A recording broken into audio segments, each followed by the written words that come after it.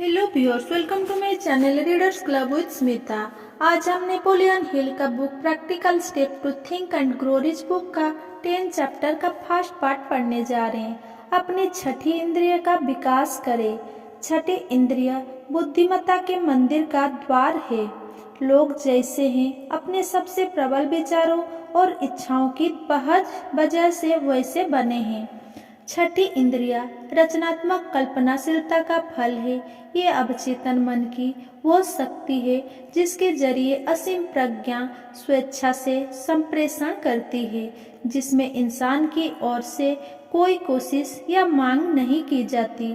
हालांकि छठी इंद्रिय वर्णन से परे है और इसे केवल ध्यान और मन के विकास के जरिए अनुभव से ही पूरी तरह समझा जा सकता है, लेकिन आप इसे उन भूमिकाओं से समझ सकते हैं जो यह निभाती हैं। छठी इंद्रिया की सहायता से आपको समय रहते आगामी खतरों की चेतावनी मिल जाती है ताकि आप उनसे बच सकें। इससे आपको अवसरों की समय पर जानकारी मिल जाती है ताकि आप उनका दोहन कर सकें।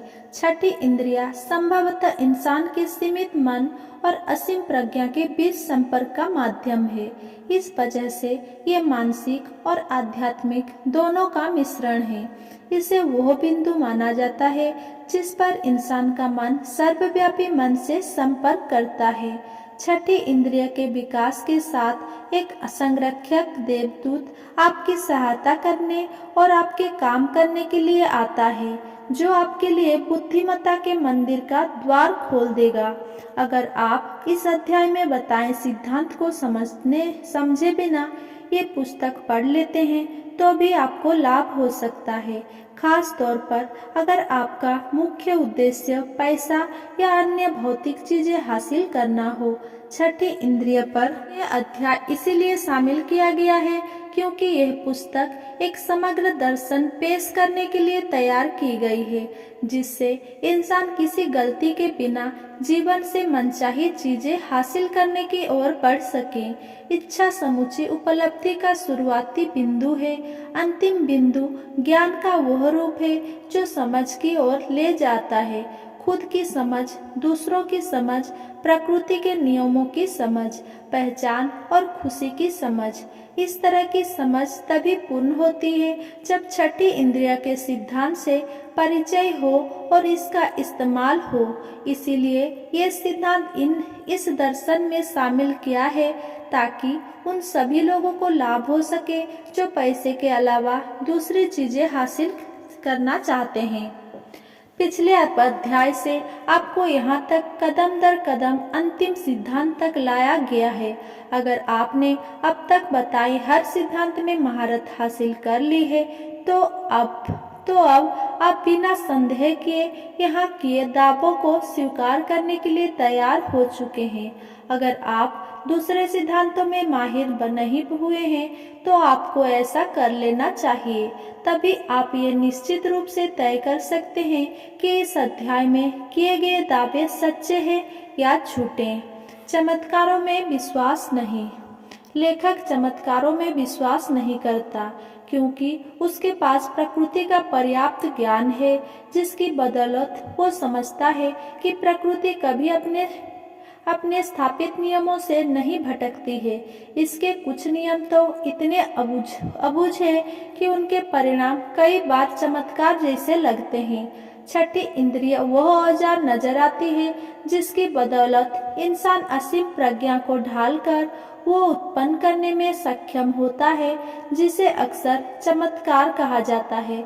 ऐसी घटनाएं जो प्रकृति के नियमों की अवहेलना करती नजर आती है, सिर्फ इसीलिए क्योंकि हम यह नहीं समझ पाते हैं कि छठी इंद्रिया किस तरह काम करती है। एक शक्ति या प्रथम कारण या प्रज्ञा है जो पदार्थ के हर अणु में व्याप्त है और दिखने वाली ऊर्जा की हर इकाई में है। असीम प्रज्ञा बीज को बड़े वृक्ष में बदल देती है। ये गुरुत्वाकर्षण के नियम की प्रतिक्रिया में पानी को पहाड़ी से नीचे बहाती है और रात के बाद दिन लाती है और सर्दी के बाद गर्मी लाती है। हर एक उसकी सही जगह पर और दूसरे के साथ सही संबंध में। इस दर्शन के सिद्धांतों के जरिए असीम प्रज्ञा को प्रेरित किया जा सकता है कि यह इच्छाओं को मूर्त या भौतिक स्वरूप में बदल दे। लेखक को यह ज्ञान इसीलिए है क्योंकि उसने इसके प्रयोग किए हैं और इसका अनुभव किया है। इस दर्शन के सिद्धांतों के जरिए असीम प्रज्ञा को प्रेरित किया जा सकता है कि यह इच्छाओं को मूर्त या भौतिक स्वरूप में बदल दे। मेरे अदृश्य परामर्शदाता, जब मैं हीरो वर्शिप की उम्र में गुजर रहा था तो मैं उन लोगों की नकल करने लगा जिनका मैं सबसे बड़ा प्रशंसक था। यही नहीं, मैंने ये भी पाया कि अपने आदर्शों की नकल करते वक्त विश्वास ने मुझे ऐसा काफी सफलतापूर्वक करने की भारी क्षमता दी। मैंने कभी हीरो वर्शिप की आदत को पूरी तरह से नहीं छूटने दिया। हालांकि मैं उस उम्र को पार कर चुका हूँ जब इसे आम माना जाता है। अनुभव ने मुझे सिखाया कि सचमुच महान होना सर्वश्रेष्ठ है, परंतु दूसरी सर्वश्रेष्ठ बात है भावना और कर्म द्वारा महान लोगों का यथासंभव अनुसरण करना। प्रकाशन के लिए एक भी पंक्ति लिखने से बहुत पहले या जनता के बीच भाषण देने की कोशिश करने से बहुत पहले मैंने उन 9 लोगों का अनुसरण करके अपने चरित्र को दोबारा आकार देने की आदत डाली जिसके जीवन और कामों से मैं सबसे ज्यादा प्रभावित हुआ था। ये 9 लोग थे: Emerson, Paine, Edison, Darwin, Lincoln, बर्वेन, नेपोलियन, फोर्ड और कार्नेगी।